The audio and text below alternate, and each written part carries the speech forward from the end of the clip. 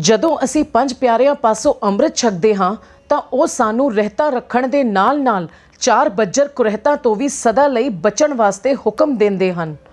ਚਾਰ ਕੁਰਹਿਤਾਂ ਅਸਲ ਵਿੱਚ ਉਹ ਚਾਰ ਕੁਕਰਮ ਹਨ ਜਿਸ ਦੇ ਕੀਤਿਆਂ ਸਿੱਖ ਆਪਣੇ ਮਨੁੱਖਤਾ ਦੇ ਮਿਆਰ ਤੋਂ ਡਿੱਗ ਜਾਂਦਾ ਹੈ ਤੇ ਸਦਾਚਾਰਕ ਰੂਪ ਵਿੱਚ ਭਰੋਸੇ ਲਾਇਕ ਨਹੀਂ ਰਹਿੰਦਾ। ਇਸ ਲਈ ਸ੍ਰੀ ਗੁਰੂ ਗੋਬਿੰਦ ਸਿੰਘ ਪਾਤਸ਼ਾਹ ਜੀ ਨੇ ਅੰਮ੍ਰਿਤ ਦੀ ਦਾਤ ਪ੍ਰਾਪਤ ਕਰਨ ਵੇਲੇ ਸਾਨੂੰ ਚਾਰ ਬੱਜਰ ਕੁਰਹਿਤਾਂ ਦਸੀਆਂ ਹਨ ਜੋ ਸਿੱਖ ਨੇ ਭੁੱਲ ਕੇ ਵੀ ਨਹੀਂ ਕਰਨੀਆਂ। ਕਿਸੇ ਇੱਕ ਬੱਜਰ ਕੁਰਹਿਤ ਦੇ ਵੀ ਹੋ ਜਾਣ ਤੇ ਗੁਰਸਿੱਖ ਪਤਿਤ ਹੋ ਜਾਂਦਾ ਹੈ। ਭਾਈ ਕਾਹਨ ਸਿੰਘ ਨਾਭਾ ਜੀ ਰਚਿਤ ਮਹਾਨ ਕੋਸ਼ ਮੁਤਾਬਕ ਪਤਿਤ ਦਾ ਭਾਵ ਧਰਮ ਕਰਮ ਤੋਂ ਡਿੱਗਿਆ ਜਾਂ ਸਮਾਜੋ ਖਾਰਿਜ ਤੋਂ ਲਿਆ ਗਿਆ ਹੈ। ਇਹ ਚਾਰ ਬੱਜਰ ਕੁਰਹਿਤਾਂ ਹਨ: ਕੇਸਾਂ ਦੀ ਬੇਦਬੀ ਕਰਨੀ, ਕੁੱਠਾ ਖਾਣਾ, ਪਰਤਨਗਾਮੀ ਹੋਣਾ ਅਤੇ ਤੰਬਾਕੂ, ਸ਼ਰਾਬ ਜਾਂ ਹੋਰ ਕਿਸੇ ਵੀ ਪ੍ਰਕਾਰ ਦਾ ਨਸ਼ਾ ਕਰਨਾ। ਪਹਿਲੀ ਕੁਰਹਿਤ ਕੇਸਾਂ ਦੀ ਬੇਦਬੀ ਤੋਂ ਭਾਵ ਹੈ ਦਾਹੜੀ, ਮੁੱਛਾਂ, ਭਰਵਟੇ, ਸਿਰ ਦੇ ਕੇਸ ਆਦਿ ਕੱਟਣੇ ਸਖਤ ਮਨਾ ਹਨ। ਮਨੁੱਖੀ ਸਰੀਰ ਦੇ ਸਿਰ ਤੋਂ ਲੈ ਕੇ ਪੈਰਾਂ ਤੱਕ ਸਰੀਰ ਦੇ ਕਿਸੇ ਵੀ ਅੰਗ ਦੇ ਕੇਸਾਂ ਨੂੰ ਕੱਟਣਾ, ਪੁੱਟਣਾ ਜਾਂ ਸਾੜਨਾ ਕੇਸਾਂ ਦੀ ਬੇਦਬੀ ਵਿੱਚ ਆਉਂਦਾ ਹੈ। ਕੇਸਾਂ ਦਾ ਸਤਿਕਾਰ ਕਰਨਾ ਹਰ ਗੁਰਸਿੱਖ ਦਾ ਫਰਜ਼ ਹੈ ਕਿਉਂਕਿ ਇਹ ਸਾਨੂੰ ਅਕਾਲ ਪੁਰਖ ਵੱਲੋਂ ਬਖਸ਼ੀ ਹੋਈ ਅਣਮੁੱਲੀ ਦਾਤ ਹਨ ਅਤੇ ਗੁਰੂ ਪਿਤਾ ਜੀ ਦਾ ਹੁਕਮ ਹੈ। ਅਕਾਲ ਪੁਰਖ ਸਾਰੀ ਸ੍ਰਿਸ਼ਟੀ ਦਾ ਰਚਨਹਾਰ ਹੈ। ਜਿਹੜੇ ਮਨੁੱਖ ਉਸ ਅਕਾਲ ਪੁਰਖ ਵਾਹਿਗੁਰੂ ਨਾਲ ਪਿਆਰ ਕਰਦੇ ਹਨ ਉਹ ਉਹਨਾਂ ਦੀ ਬਣਾਈ ਰਚਨਾ ਨਾਲ ਵੀ ਉਨਾ ਹੀ ਪਿਆਰ ਕਰਦੇ ਹਨ।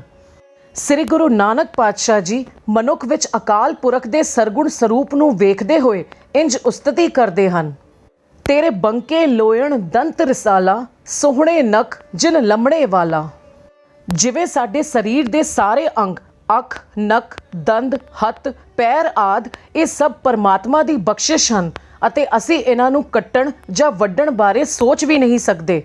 ਉਵੇਂ ਹੀ ਜਿਨ੍ਹਾਂ ਮਨੁੱਖਾਂ ਨੂੰ ਇਸ ਸੰਸਾਰ ਵਿੱਚ ਆਉਣ ਦੇ ਮਨੋਰਥ ਪ੍ਰਤੀ ਚੇਤਨਾ ਹੁੰਦੀ ਹੈ ਤੇ ਉਹਨਾਂ ਵਿੱਚ ਪ੍ਰਭੂ ਮਿਲਾਪ ਦੀ ਤਾਂਘ ਹੁੰਦੀ ਹੈ, ਉਹ ਪ੍ਰਭੂ ਦੀ ਬਖਸ਼ੀ ਕੇਸਾਂ ਦੀ ਇਸ ਵਡਮੁੱਲੀ ਦਾਤ ਦੀ ਭੁੱਲ ਕੇ ਵੀ ਕਦੇ ਬੇਦਬੀ ਨਹੀਂ ਕਰਦੇ ਅਤੇ ਇਹਨਾਂ ਕੇਸਾਂ ਦੀ ਸੰਭਾਲ ਵੀ ਆਪਣੇ ਬਾਕੀ ਸਰੀਰਕ ਅੰਗਾਂ ਵਾਂਗ ਹੀ ਕਰਦੇ ਹਨ।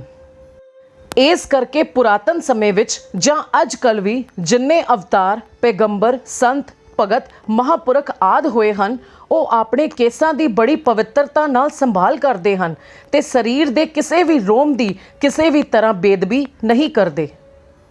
ਕੇਸ ਖਾਲਸੇ ਦੀ ਅਣਖ ਅਤੇ ਮਾਣ ਦਾ ਸਰੂਪ ਹਨ।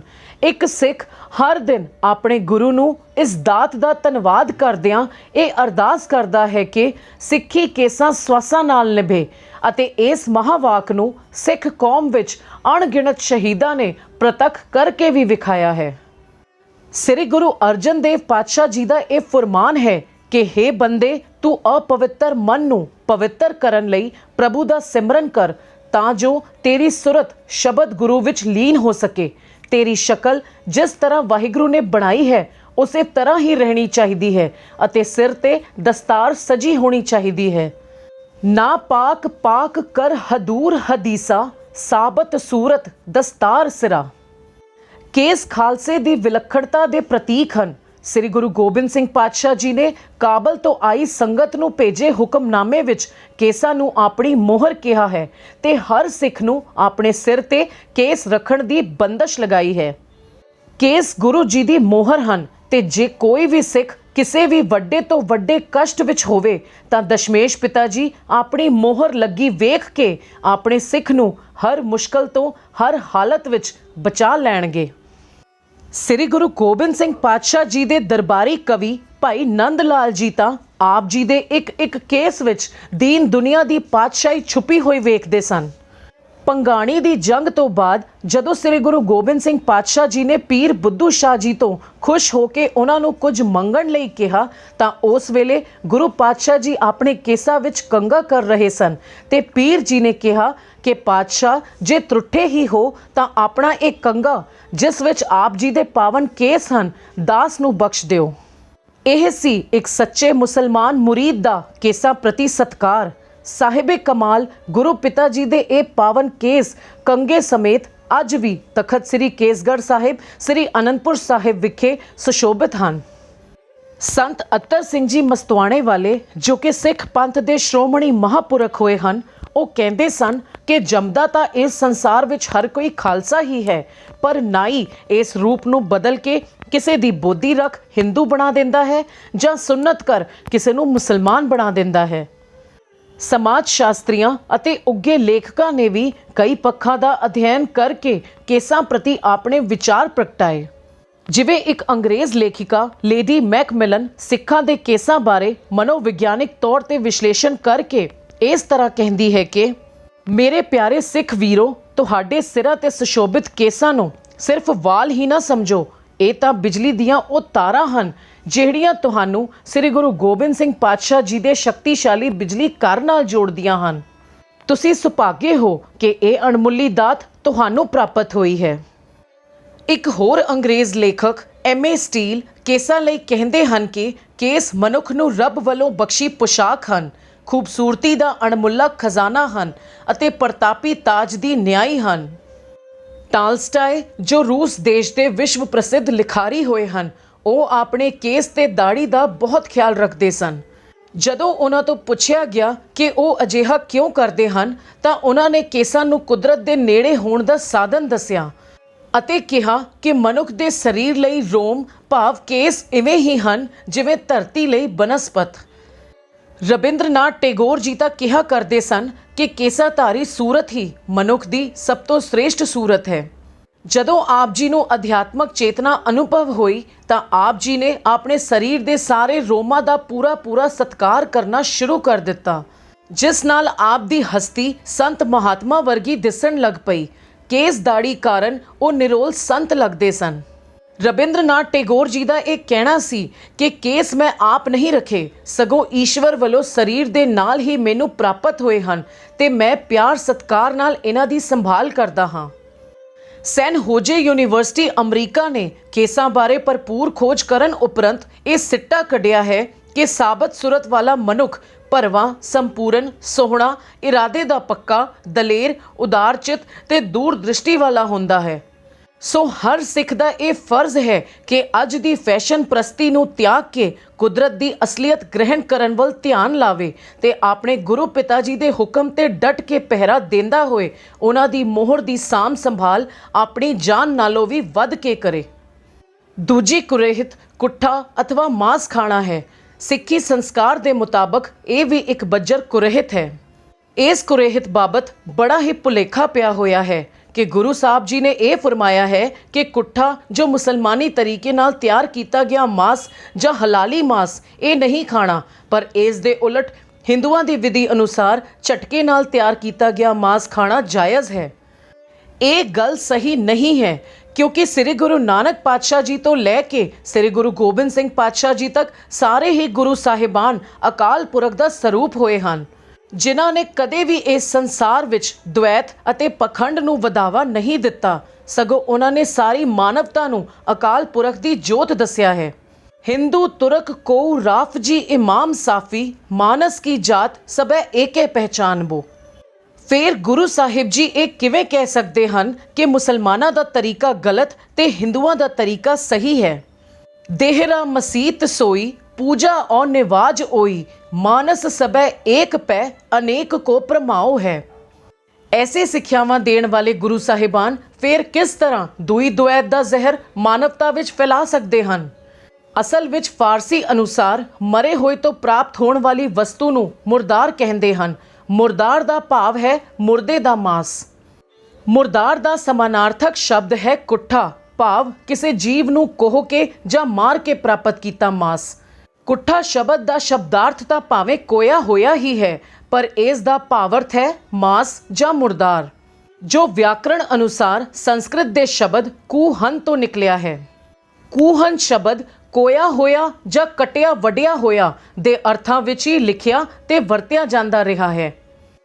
ਇਸ ਤਰ੍ਹਾਂ ਸਿੱਖ ਰਹਿਤ ਮਰਿਆਦਾ ਅਤੇ ਰਹਿਤਨਾਮਿਆਂ ਵਿੱਚ ਮਾंस ਪ੍ਰਤੀ ਆਏ ਹੁਕਮ ਕਿ ਕੁੱਠਾ ਨਹੀਂ ਖਾਣਾ ਤੋਂ ਭਾਵ ਹੈ ਮਾंस ਨਹੀਂ ਖਾਣਾ, ਭਾਵੇਂ ਉਹ ਮੁਸਲਮਾਨੀ ਤਰੀਕੇ ਨਾਲ ਬਣਿਆ ਹੋਵੇ ਜਾਂ ਹਿੰਦੂ ਤਰੀਕੇ ਨਾਲ। ਕੁੱਠਾ ਮਾंस ਨੂੰ ਹੀ ਕਿਹਾ ਗਿਆ ਹੈ, ਜੋ ਕਿ ਗੁਰੂ ਸਾਹਿਬਾਨ ਦੇ ਸਮੇਂ ਤੋਂ ਹੀ ਬੱਜਰ ਕੁਰਹਿਤ ਪ੍ਰਚਲਿਤ ਹੈ। ਇੱਕ ਸਿੱਖ ਸ੍ਰੀ ਗੁਰੂ ਨਾਨਕ ਪਾਤਸ਼ਾਹ ਜੀ ਤੋਂ ਲੈ ਕੇ ਸ੍ਰੀ ਗੁਰੂ ਗੋਬਿੰਦ ਸਿੰਘ ਪਾਤਸ਼ਾਹ ਜੀ ਤੱਕ 10 ਗੁਰੂ ਸਾਹਿਬਾਨਾਂ ਦਾ ਚੇਲਾ ਹੈ। ਸਿੱਖ ਦਾ ਇਹ ਅਧਿਆਤਮਕ ਫਰਜ਼ ਹੈ ਕਿ ਉਹ ਆਪਣੇ ਗੁਰੂ ਸਾਹਿਬਾਨਾਂ ਦੇ ਉਪਦੇਸ਼ ਅਤੇ ਬਚਨ ਸਤ ਕਰਕੇ ਮੰਨੇ ਅਤੇ ਆਪਣਾ ਜੀਵਨ ਉਹਨਾਂ ਵਿੱਚ ਢਾਲ ਕੇ ਇਸ ਸੰਸਾਰ ਦੀ ਯਾਤਰਾ ਸਫਲ ਕਰੇ। ਤੀਜੀ ਕੁਰਹਿਤ ਪਰਤਨਗਾਮੀ ਹੋਣਾ ਹੈ, ਭਾਵ ਪਰ ਇਸਤਰੀ ਜਾਂ ਪਰ ਪੁਰਖ ਦਾ ਸੰਗ ਕਰਨਾ। ਅੰਮ੍ਰਿਤਧਾਰੀ ਸਿੱਖ ਲਈ ਇਹ ਵੀ ਇੱਕ ਬੱਜਰ ਕੁਰਹਿਤ ਹੈ। ਇਹ ਕੁਰਹਿਤ ਵੀ ਸਿੱਖ ਲਈ ਪ੍ਰਭੂ ਮਿਲਾਪ ਅਤੇ ਗੁਰਮਤ ਮਾਰਗ ਤੇ ਚੱਲਣ ਲਈ ਇੱਕ ਬਹੁਤ ਵੱਡੀ ਰੁਕਾਵਟ ਹੈ। ਅਸਲ ਵਿੱਚ ਵਿਸ਼ੇ ਵਿਕਾਰ ਵਿੱਚ ਗਲਤਾਨ ਮਨੁੱਖ ਵੱਧਦਾ ਚੋਰਾਂ ਠੱਗਾਂ ਵਾਲਾ ਆਪਣਾ ਸੁਭਾਅ ਬਣਾ ਲੈਂਦਾ ਹੈ, ਜਿਸ ਕਾਰਨ ਮਨੁੱਖ ਕੁਕਰਮਾਂ ਵਿੱਚ ਭਟਕਦਾ ਰਹਿੰਦਾ ਹੈ ਤੇ ਰੱਬ ਦੀ ਦਰਗਾਹ ਵਿੱਚ ਸ਼ਰਮਸਾਰ ਹੁੰਦਾ ਹੈ। ਅਜਿਹੀ ਅਵਸਥਾ ਵਿੱਚ ਮਨੁੱਖ ਦੀ ਸੁਰਤ ਪ੍ਰਭੂ ਪ੍ਰੇਮ ਅਤੇ ਅਧਿਆਤਮਕ ਮਾਰਗ ਤੋਂ ਉਲਟ ਦੁਨਿਆਵੀ ਵਿਸ਼ੇ ਵਿਕਾਰਾਂ ਵਿੱਚ ਉਲਝ ਜਾਂਦੀ ਹੈ। ਉਸ ਦੇ ਕੀਤੇ ਸਾਰੇ ਸ਼ੁਭ ਕਰਮ ਸੜ ਜਾਂਦੇ ਹਨ ਤੇ ਇਹੋ ਜਿਹਾ ਕਾਮੀ ਮਨੁੱਖ ਆਪਣਾ ਮਾਨਸਿਕ ਮਨੋਬਲ ਗੁਆ ਢਹਿੰਦੀਆਂ ਕਲਾਂ ਤੋਂ ਬਚਣ ਲਈ ਭਿਆਨਕ ਨਸ਼ਿਆਂ ਦਾ ਸਹਾਰਾ ਲੈਂਦਾ ਹੈ, ਜਿਸ ਕਰਕੇ ਭਿਆਨਕ ਬਿਮਾਰੀਆਂ ਦਾ ਸ਼ਿਕਾਰ ਬਣਦਾ ਹੈ। ਅਨੈਤਿਕ ਸੰਬੰਧ ਕੁਦਰਤ ਦੇ ਇਲਾਹੀ ਨਿਯਮਾਂ ਦੀ ਉਲੰਘਣਾ ਹੋਣ ਕਰਕੇ ਕਈ ਭਿਆਨਕ ਬਿਮਾਰੀਆਂ ਦਾ ਘਰ ਹਨ, ਜਿਵੇਂ ਆਤਸ਼, ਉਪਦੰਸ, ਸੁਜਾਕ, ਏਡਜ਼ ਆਦਿ, ਜਿਨ੍ਹਾਂ ਨਾਲ ਮਨੁੱਖੀ ਸਰੀਰ ਜਰਜਰੀ ਹੋ ਕੇ ਨਿਰਬਲ ਹੋ ਜਾਂਦਾ ਹੈ ਅਤੇ ਭਿਆਨਕ ਮੌਤ ਦੇ ਮੂੰਹ ਵਿੱਚ ਜਾ ਪੈਂਦਾ ਹੈ। ਧੰਨ ਸੱਚੇ ਪਾਤਸ਼ਾਹ ਸਾਹਿਬ ਸ੍ਰੀ ਗੁਰੂ ਗੋਬਿੰਦ ਸਿੰਘ ਜੀ ਮਹਾਰਾਜ ਸਰਬ ਕਲਾ ਸਮਰੱਥ ਜਾਨੀ ਜਾਨ ਗੁਰੂ ਪਿਤਾ ਜੀ, ਜਿਨ੍ਹਾਂ ਨੇ ਕਈ ਸੌ ਸਾਲ ਪਹਿਲਾਂ ਹੀ ਪਰਤਨਗਾਮੀ ਨੂੰ ਇੱਕ ਬੱਜਰ ਕੁਰਹਿਤ ਦੱਸ ਕੇ ਆਪਣੇ ਸਿੱਖ ਨੂੰ ਐਸੇ ਭਿਆਨਕ ਕੁਕਰਮ ਅਤੇ ਉਸ ਤੋਂ ਹੋਣ ਵਾਲੀ ਸਰੀਰਕ ਅਤੇ ਮਾਨਸਿਕ ਪੀੜਾ ਤੋਂ ਬਚਾ ਲਿਆ। ਸ਼ਾਹੇ ਸ਼ਹਿਨਸ਼ਾਹ ਸਤਿਗੁਰੂ ਜੀ ਨੇ ਸਾਨੂੰ ਹਰ ਵੇਲੇ ਉੱਚਾ ਆਚਰਣ ਬਣਾਈ ਰੱਖਣ ਦਾ ਉਪਦੇਸ਼ ਦਿੱਤਾ ਹੈ। ਇਸੇ ਲਈ ਮੈਦਾਨੇ ਜੰਗ ਵਿੱਚ ਵੀ ਸਿੰਘ ਸੂਰਮੇ ਕਿਸੇ ਇਸਤਰੀ ਵੱਲ ਬੁਰੀ ਨਜ਼ਰ ਨਾਲ ਨਹੀਂ ਵੇਖਦੇ ਸਨ। ਭਾਈ ਗੁਰਦਾਸ ਜੀ ਉਸ ਗੁਰਸਿੱਖ ਨੂੰ ਧੰਤਾਂ ਦੇ ਯੋਗ ਮੰਨਦੇ ਹਨ ਜੋ ਪਰਾਈ ਇਸਤਰੀ ਦੇ ਰੂਪ ਨੂੰ ਮੰਦ ਭਾਵਨਾ ਨਾਲ ਨਹੀਂ ਵੇਖਦੇ। ਹੋ ਤਿਸ ਘੋਲ ਕੁਮਾਇਆ ਪਰ ਨਾਰੀ ਦੇ ਨੇੜ ਨਾ ਜਾਵੇ। ਇਸੇ ਕਰਕੇ ਸ੍ਰੀ ਗੁਰੂ ਨਾਨਕ ਪਾਤਸ਼ਾਹ ਜੀ ਨੇ ਵੀ ਅਧਿਆਤਮਕ ਮਾਰਗ ਤੇ ਚੱਲ ਕੇ ਪ੍ਰਭੂ ਮਿਲਾਪ ਲਈ ਜਤ ਧਾਰਨਾ ਭਾਵ ਗ੍ਰਹਸਥ ਨੇਮ ਇੱਕ ਸਰਵੋਤਮ ਗੁਣ ਦੱਸਿਆ ਹੈ, ਜਿਸ ਨਾਲ ਧੀਰਜ ਅਤੇ ਸੰਤੋਖ ਆਉਂਦਾ ਹੈ ਤੇ ਪਰਤਰੇ ਰੂਪ ਨਾ ਪੇਖੈ ਨੇਤਰ ਦੀ ਭਾਵਨਾ ਉਪਜਦੀ ਹੈ, ਜਿਸ ਨਾਲ ਮਨੁੱਖ ਦੀ ਸੁਰਤ ਸੁੱਤੇ ਸਿੱਧ ਹੀ ਨਾਮ ਬਾਣੀ ਸਿਮਰਨ ਵਿੱਚ ਲੱਗ ਜਾਂਦੀ ਹੈ। ਭਾਈ ਗੁਰਦਾਸ ਜੀ ਦਾ ਫਰਮਾਨ ਹੈ ਕਿ ਆਤਮ ਪਦ ਦਾ ਪਾਂਧੀ ਇੱਕੋ ਨਾਰੀ ਨਾਲ ਹੀ ਜਤ ਸਤ ਰੱਖਦਾ ਹੈ ਤੇ ਪਰਾਈ ਇਸਤਰੀ ਨੂੰ ਧੀ ਜਾਂ ਭੈਣ ਸਮਝਦਾ ਹੈ। ਦੇਖ ਪਰਾਈਆਂ ਚੰਗੀਆਂ ਮਾਵਾਂ ਭੈਣਾਂ ਧੀਆਂ ਜਾਣੈ। ਤੇ ਇਹੀ ਸਾਰੇ ਨਿਯਮ ਸਿੱਖ ਬੀਬੀਆਂ ਤੇ ਵੀ ਲਾਗੂ ਹੁੰਦੇ ਹਨ। ਗੁਰਬਾਣੀ ਦਾ ਨਿਰਣਾ ਸਾਫ਼ ਹੈ ਕਿ ਜੇਕਰ ਜੀਵ ਨੇ ਆਪਣੇ ਆਪ ਨੂੰ ਕਾਮ ਵਾਸ਼ਨਾ ਤੋਂ ਨਹੀਂ ਬਚਾਇਆ, ਇੰਦਰੀਆਂ ਨੂੰ ਮੰਦੇ ਕਰਮ ਕਰਨੋਂ ਨਹੀਂ ਵਰਜਿਆ ਅਤੇ ਆਚਰਨ ਉੱਚਾ ਨਹੀਂ ਰੱਖਿਆ, ਤਾਂ ਉਸ ਦਾ ਜੀਵਨ ਆਪਣੇ ਸਰੀਰ ਵਿੱਚ ਹੀ ਲੱਕੜੀ ਦੀ ਤਰ੍ਹਾਂ ਕੁਰਖਤ ਹੋ ਜਾਵੇਗਾ। ਸ੍ਰੀ ਗੁਰੂ ਨਾਨਕ ਪਾਤਸ਼ਾਹ ਜੀ ਦਾ ਫਰਮਾਨ ਹੈ, ਜਤ ਸਤ ਸੰਜਮ ਸੀਲ ਨ ਰਾਖਿਆ, ਪ੍ਰੇਤ ਪਿੰਜਰ ਮਹਿ ਕਾਸਟ ਪਿਆ। ਚੌਥੀ ਕੁਰਹਿਤ ਕਿਸੇ ਵੀ ਪ੍ਰਕਾਰ ਦੇ ਨਸ਼ੇ ਆਦਿਕ ਕਰਨਾ ਹੈ। ਸਿੱਖ ਧਰਮ ਵਿੱਚ ਤੰਬਾਕੂ ਅਤੇ ਹੋਰ ਕਿਸੇ ਵੀ ਪ੍ਰਕਾਰ ਦੇ ਨਸ਼ੇ ਕਰਨੇ ਵਰਜਿਤ ਹਨ। ਸਿੱਖ ਨੇ ਭੁੱਲ ਕੇ ਵੀ ਕਿਸੇ ਤਰ੍ਹਾਂ ਦੇ ਨਸ਼ੀਲੇ ਪਦਾਰਥਾਂ ਦਾ ਸੇਵਨ ਨਹੀਂ ਕਰਨਾ। ਨਸ਼ਿਆਂ ਦੇ ਸੇਵਨ ਨਾਲ ਮਨੁੱਖ ਦੀ ਮੱਤ ਮਾਰੀ ਜਾਂਦੀ ਹੈ ਤੇ ਉਹ ਵਿਸ਼ੇ ਵਿਕਾਰਾਂ ਵੱਲ ਖਚਤ ਹੋ ਜਾਂਦਾ ਹੈ। ਗੁਰਬਾਣੀ ਅਨੁਸਾਰ ਤੰਬਾਕੂ ਅਤੇ ਸ਼ਰਾਬ ਦਾ ਨਸ਼ਾ ਇਨਸਾਨ ਨੂੰ ਇਨਸਾਨੀਅਤ ਤੋਂ ਹੇਠਾਂ ਗਿਰਾ ਦਿੰਦਾ ਹੈ। ਭਿਆਨਕ ਬਿਮਾਰੀਆਂ ਲੱਗ ਜਾਂਦੀਆਂ ਹਨ, ਸਰੀਰ ਨਿਰਬਲ ਹੋ ਜਾਂਦਾ ਹੈ, ਸੋਚਣ ਸਮਝਣ ਦੀ ਸ਼ਕਤੀ ਨਹੀਂ ਰਹਿੰਦੀ ਅਤੇ ਉਮਰ ਵੀ ਘਟ ਜਾਂਦੀ ਹੈ। ਰਹਿਤਨਾਮਾ ਭਾਈ ਦੇਸਾ ਸਿੰਘ ਜੀ ਮੁਤਾਬਕ ਕੁੱਠਾ ਹੁੱਕਾ ਚਰਸ ਤੰਬਾਕੂ गांजा टोपी ताड़ी खाकू इनकी और न कबहू देखै रहतवंत जो सिख बिसेख है। धन अमृत के दाते गुरु पिता जी ने पहला ही सिख लई नशा करना एक बज्जर कुरहत दस दिता।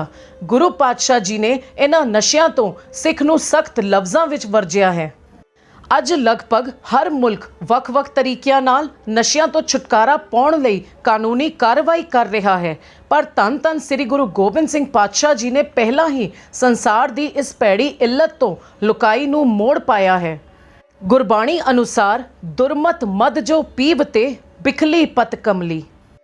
ਭਗਤ ਰਵਿਦਾਸ ਜੀ ਫਰਮਾਉਂਦੇ ਹਨ ਕਿ ਸ਼ਰਾਬ ਭਾਵੇਂ ਗੰਗਾ ਜਲ ਤੋਂ ਹੀ ਕਿਉਂ ਨਾ ਬਣੀ ਹੋਵੇ, ਅਤਿਅੰਤ ਭ੍ਰਿਸ਼ਟ ਅਤੇ ਨਾ ਪੀਣ ਯੋਗ ਵਸਤੂ ਹੀ ਮੰਨੀ ਜਾਵੇਗੀ। ਸੁਰਸਰੀ ਸਲਲ ਕ੍ਰਿਤ ਬਾਰੂ ਨੀਰੇ ਸੰਤ ਜਨ ਕਰਤ ਨਹੀਂ ਪਾਨੰ ਸੁਰਾ ਅਪਵਿੱਤਰ ਨਤ ਅਵਰ ਜਲ ਰੇ ਸੁਰਸਰੀ ਮਿਲਤ ਨਹਿ ਹੋਏ ਆਨੰਗ। ਸੋ ਵੇਖਿਆ ਜਾਵੇ ਤੇ ਸਿਰਫ ਇੱਕ ਸਿੱਖ ਨੂੰ ਹੀ ਨਹੀਂ ਸਗੋਂ ਹਰ ਇੱਕ ਮਨੁੱਖ ਨੂੰ ਇਹਨਾਂ ਚਾਰਾਂ ਹੀ ਬੱਜਰ ਕੁਰਹਿਤਾਂ ਤੋਂ ਬਚਣਾ ਚਾਹੀਦਾ ਹੈ ਤਾਂ ਜੋ ਕਿ ਉਹ ਇੱਕ ਖੁਸ਼ਹਾਲ ਜ਼ਿੰਦਗੀ ਬਤੀਤ ਕਰ ਸਕੇ। ਪਰ ਇੱਕ ਅੰਮ੍ਰਿਤਧਾਰੀ ਗੁਰਸਿੱਖ ਨੂੰ ਤੇ ਇਹਨਾਂ ਬੱਜਰ ਕੁਰਹਿਤਾਂ ਤੋਂ ਬਚਣ ਲਈ ਗੁਰੂ ਪਿਤਾ ਜੀ ਵੱਲੋਂ ਸਖਤ ਹੁਕਮ ਹੈ। ਇਹਨਾਂ ਬੱਜਰ ਕੁਰਹਿਤਾਂ ਤੋਂ ਬਚਾ ਕੇ ਦਸ਼ਮੇਸ਼ ਪਿਤਾ ਜੀ ਦਾ ਮੰਤਵ ਆਪਣੇ ਸਿੱਖ ਨੂੰ ਇੱਕ ਨਿਰੋਗੀ ਕਾਇਆ ਦੇ ਨਾਲ ਅਧਿਆਤਮਕ ਮਾਰਗ ਵੱਲ ਨੂੰ ਤੋਰਨ ਦਾ ਸੀ, ਜਿਸ ਨਾਲ ਮਨੁੱਖ ਦਾ ਲੋਕ ਤੇ ਪਰਲੋਕ ਦੋਵੇਂ ਹੀ ਸਵਰ ਜਾਣਗੇ।